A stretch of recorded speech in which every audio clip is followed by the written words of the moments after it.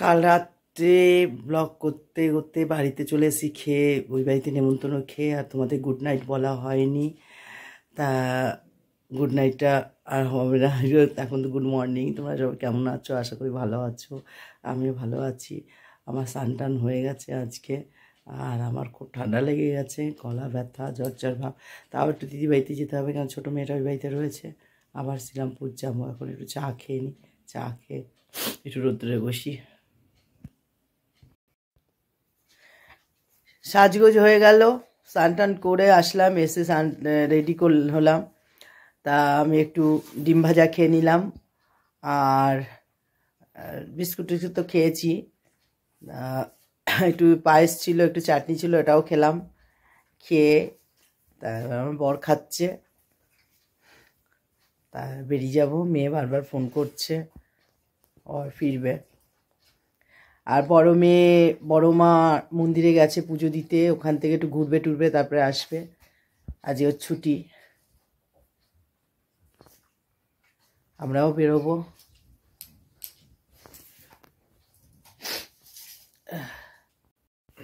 এই আমরা রেডি, এখন আমরা বেরোবো। এই দেখো না, আজকেও দাড়ি কাটেনি, কালকে হলো অমাবস্যা ছিল, এই জন্য দাড়ি কাটতে পারিনি। আজকে বৃহস্পতিবার, কাটতে পারিনি। কেমন লাগছে দাড়িটাই না কেটে? যেমন রূপ তেমনই লাগে, লোকের চোখের নজরটাই খারাপ। এই আমার কাছে একদম বেস্ট, সব থেকে ভালো স্বামী আমার। কিন্তু শয়তানি করে, সব থেকে শয়তান, মানে কথায় কথায় ঝগড়া করে আমার সাথে খুব। আমি এত কাজ করি, তাও আমার সাথে ঝগড়া করে। কাজ করলে হবে না, কাজ করো তো, তা বলে কি তোমাকে পুজো করতে হবে? পুজো না, মানে দোকানের জন্য জান দিয়ে দিই, শরীর খারাপ নিও। জান তো একবারই যায়, যদি চলে যেতে পারে দোকান চালাচ্ছি কি করে? এসব মুখের ভাষা। কি বললাম যে কাজ করছি বললে হবে না, সবকিছুটা দেখাতে হবে। আর বারবার আমাদের শ্রীরামপুর থেকে ফোন করেই যাচ্ছে। যাই, এখন 2:05 হয়ে গেছে, 2:20 নৌকাটা তো পেয়ে যাবো। আবার গিয়ে বলে দেবো কখন পৌঁছাচ্ছি। 3:20, 25, 3:30 পৌঁছে যাবো, ট্রেন টাইম যদি ঠিক থাকে। একদম টাটা। এবার মগটা বালতি সাইডে লাগানো, ওই যে আরে একটা ছবি তুলে বালতি সাইডে লাগানো, গিজারের জলটা মগে পড়েছে, আমি তো জানি না সেটা। না হয়ে গেছে, পুরো তো মুখে দিকেই লাগবে, আলাদাই মজা। কি বলবো, নিজেই না হাও হাও করে খাইতে খেতে নিলাম, তারপর গিয়ে কি করলাম, ফ্রিজের জল বার করে ঢপ ঢপ করে মাথায় ঢেলে ফেললাম। গিজারের জলে ফেলে গিজারটা খুলেছি তো, আর মগটা বালতি সাইডে লাগানো ছিল, গিজারের জলটা পুরো মগেতে পড়েছে, আর সেই জলটা নিয়ে ফেলে নিয়েছি।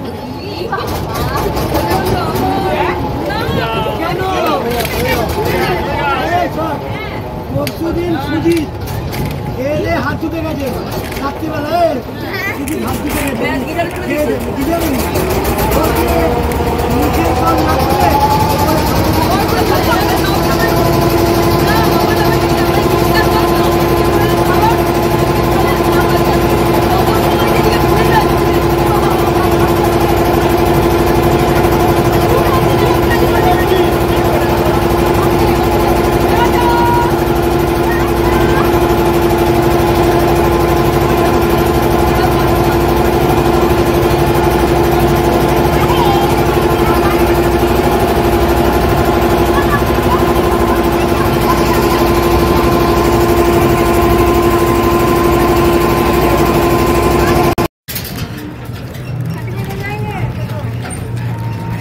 আমরা স্টেশন থেকে বেরিয়ে আজকে অন্য রাস্তা দিয়ে আমরা যাচ্ছি, রেল গোডাউনের পাশ এরা দিয়ে।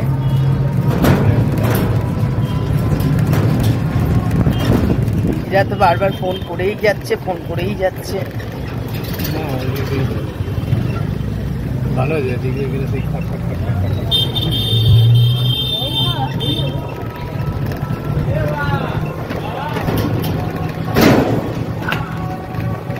এটা তো ব্রিজ না?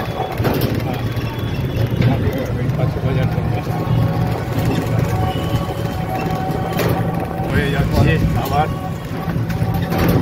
পাঁচু বাজার। কালকে যেটা দেখিয়েছিলাম সেই রাস্তাতেই, তবে টাইমটা একটু আগে আছে, ঘন্টা দেড়েক এগিয়ে আছে।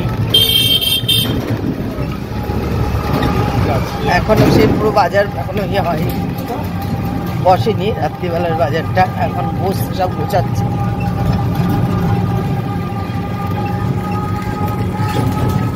বসে একটু আনন্দ হবে 1-1.5 ঘন্টা, তারপর আবার বেরিয়ে যাব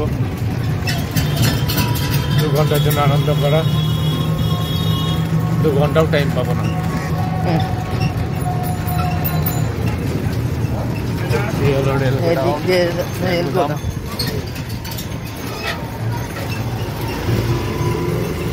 এদিক দিয়ে গিয়েছিলাম কালকে, পরে ওই রাস্তাটা মনে হয়।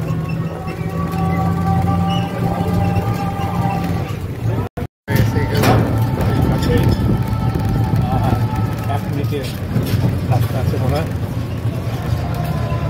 যাবো। একটু জোরে বলতে হবে, বন্ধুরা শুনতে হবে না, তুমি আস্তে আস্তে কথা বলতে। আমরা 1 মিনিটের ভিতরে আর পৌঁছে যাবো দিদি বাড়ি। এসে গেছে, সামনে স্টেডিয়াম আছে, জামনগর রোড এসে গেছে। আগে স্টেডিয়াম নিয়ে দেখাবো, স্টেডিয়ামের গেট। পুরো ক্যামেরাটা কাঁপছে, কেননা টোটোতে রয়েছি এর জন্য পুরো কাঁপছে। স্টেডিয়াম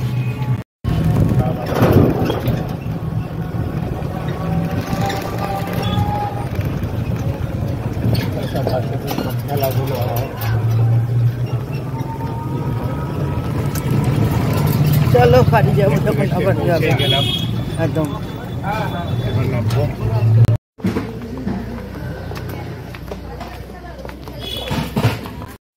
হ্যাঁ, আমরা দিদিভাই চলে এসেছি এখন। এই অলরেডি খাওয়া হয়ে গেছে, এই যে মিষ্টিও পড়ে গেছে। এখানে গান চলেছিল বলে কিছু বলতে পারছি না। এই যে আমাদের দাদা বরুণদা কাস্তাপাড়া থেকে এসছে, ক্যাটারিন আছে। ক্যাটারিনের নাম বলে দেন। কাকলিকা ট্রাস, হ্যাঁ, কাস্তাপাড়া। হ্যাঁ, ফোন নাম্বার যদি চান তো ফোন নাম্বারও দিয়ে দেবে, যোগাযোগ করবেন যদি কোনো অনুষ্ঠান হয়। রান্না খাওয়া দাওয়া খুবই ভালো, খুবই সুন্দর খাওয়া দাওয়া। আমাদের তো মানে দিদি, আমার বাপের বাড়িতে পুজো হয়, সব ক্যাটারিন এই বরুণদার কাছেই দেওয়া হয়। খাওয়াটা দেখো, মাংসটা ও দেখো দারুণ।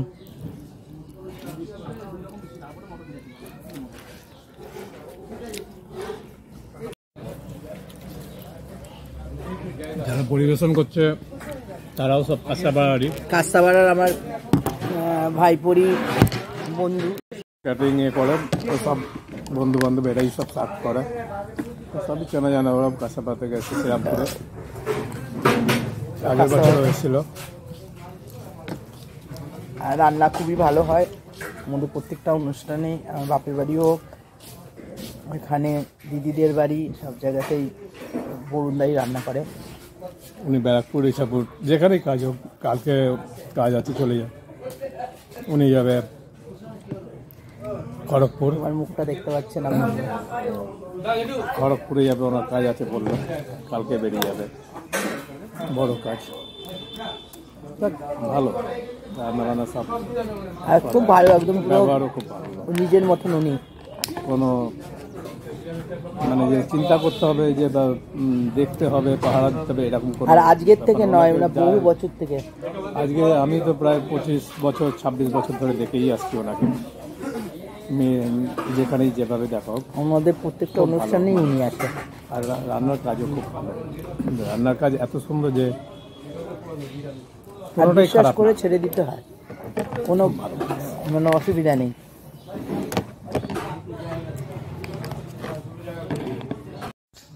এখানে চা খাওয়া খাই হচ্ছে। আমার বর চা বানিয়েছে, আমার বরের হাতে চা এদের নাকি দারুণ লাগে। এই যে দিদি কাপ কোনটা ছিল? দুই কাপ।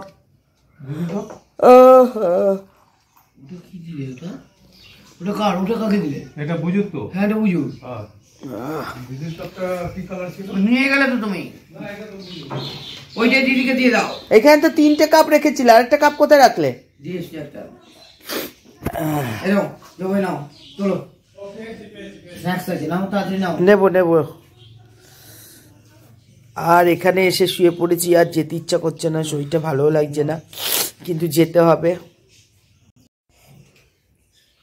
কিন্তু যেতেই হবে, কিছু করার নেই। আর খুব ঠান্ডা লেগে গেছে, ভালো লাগছে না এখানে। কাছাকাছি পেলে ছাড়া যায় না, এবার ওইটার জন্য ভুটার যে কাঁচা পাড়া যাওয়া আমাকে তো এদিক সেদিক দিয়ে এই পয়সাগুলো অনেক সেভ হয়ে যায়। আমরা বাড়ি চলে যাচ্ছি, এখন 9টা বাজে। আমরা এখন বাড়ির দিকে রওনা দিচ্ছি। আপনিও পেয়ে যাবেন, সবাই আপনার মতো যত লোক আছে ওই যে দিদি সব খাবার প্যাকিং করে দিল, এবার চলে যাচ্ছি।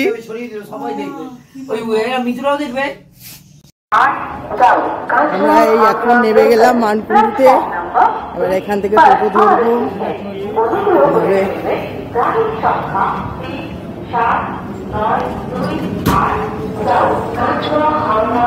তারপরে নৌকো পার হলেই বাড়ি।